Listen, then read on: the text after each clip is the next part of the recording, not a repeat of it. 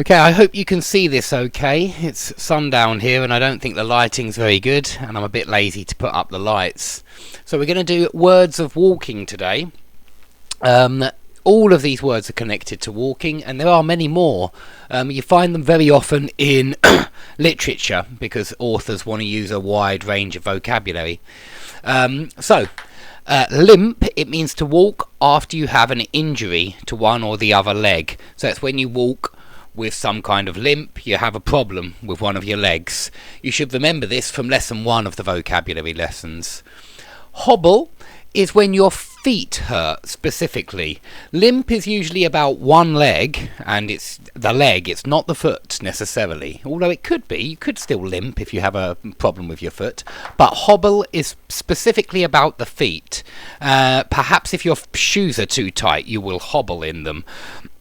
And so it's not quite the same as limping, although they are similar. Hobbling is more pain in your feet for some reason or other. Stagger, it means that you're almost falling over. So you stagger if you're drunk or if you're dizzy for some kind of reason. It's when you're very close to falling over, you're nearly falling over, so you look very clumsy when you're staggering.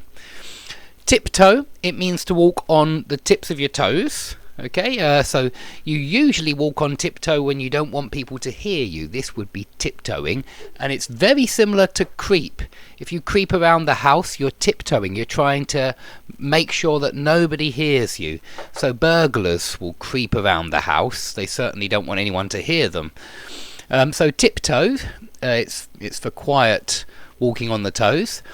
Amble or stroll or saunter, all of these are pleasant words for a pleasant walk. Yeah, they all sound very positive, and when you're strolling around the park or you're sauntering around the shopping centre or you're ambling around the market, it means that you're walking with pleasure, not rushing. It doesn't sound like a fast walk. It sounds like you're taking your time and you're enjoying yourself when you're having this walk. So all three of these are the same really. Stride is when you walk with specifically long strides. So a stride is just the space between one foot and the other foot, and if you stride somewhere, then that sounds like you taking very long strides, that you just seem to be walking for some reason with long strides. Okay, strut is another very specific word of walking because it means to push your chest out like this, usually due to pride. When you're proud, you strut around the office. It's quite often negative. If your boss is arrogant and he struts around the office, then it means he puts his chest out and he thinks a bit too much of himself. It's very similar to a word I've put over here, prance. Perhaps I should have put these together because they're so similar, because prance about. It's just that prance is often energetic as well, but prance can be used also for when somebody walks about with excessive arrogance or pride. Trample is when you walk destructively on something. So it's when you stamp your feet many times. Stamp your feet, to me, just sounds like once. Trample is if you trample all over your neighbour's flowers, you destroy them. And if you trample all over the room, you're very often making a mess. This is associated with destructive walking. Trudge is really connected to being tired. When it's a tiring journey, you trudge. You can trudge through the snow because it's hard to walk through the snow and it's tiring, it's exhausting. So you trudge through the snow, you can trudge through the mud, and you can trudge anywhere. If you've been walking all day and you're tired, you begin to trudge. So it's a very slow, tired walk.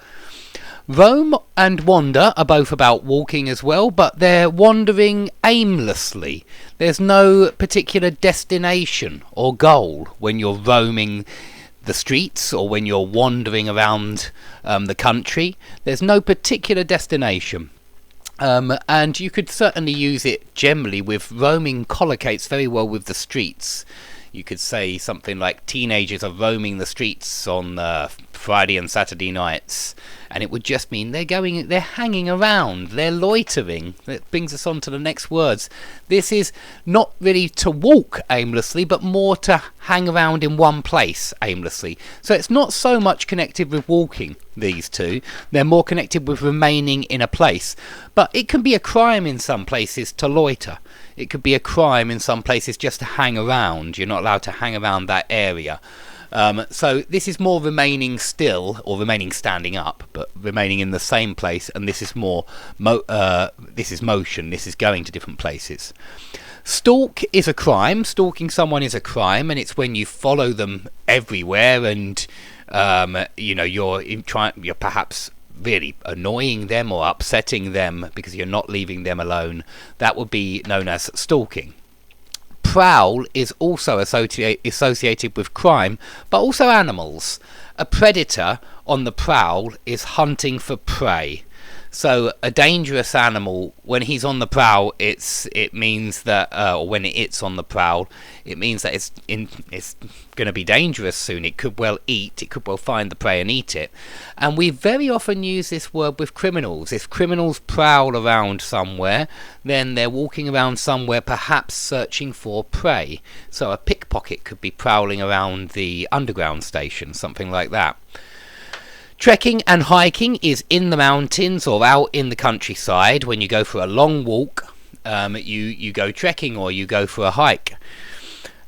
Scamper is usually used for kids, and so scurry is very often used for kids as well, and I'll explain why. But scamper is playful. Okay, it's associated with play. When somebody's scampering around, then they're playing at the same time as walking, or walking with pleasure. I mean, if they're skipping around, it's another good word, not really for walking, but similar. In fact, very similar. It could be included. Skipping would be when they have a skipping rope, for example. And so if they're skipping along like this, it means they're swinging their legs like they have a skipping rope. And that would be similar to scampering around. Scurry it sounds to me like the strides are very small. They're not long strides. They're very small, close steps, and that's why it works well for kids and animals, scurry. Because animals and kids, small animals I mean, cats or dogs or something like this, small dogs, because they have small steps, and so it's a small stride, it's not a long stride, it's a short stride. Prance I think we've already done, very similar to strut, they are very similar. But it's just got more association with energy here and liveliness. Shuffle is when you don't really take your feet off the floor. So if you're a patient in a hospital, you might not be feeling very well and you might shuffle along the corridor. And it just means not really lifting your feet up from the floor. So it's talking about the motion of the walk there. Sprint, dash and dart are all fast movements, fast walking or running, really in most of those cases. We talk about the 100-meter sprint, and so yeah, they're all for very fast walks or runs. March is what people do in the army, soldiers do, and so if somebody marches, it looks very much like they're going in one particular direction and they're going to get there no matter what. They're determined. That would be a marching walk. Creeping we've already done. It's for burglars, perhaps if they're creeping into your house when somebody doesn't want to be seen. And crawl, I think everybody should know. It's babies crawl because they use their arms and legs. That's the kind of motion which we're dealing with. And so it's when someone is on arms and legs, they're crawling. You can also climb if you're talking about going up a tree, but I didn't really think that was walking, and I think most of you know that word anyway. Okay, I hope that wasn't too dark. Please ask any questions about these words under the video, and I hope to see you soon.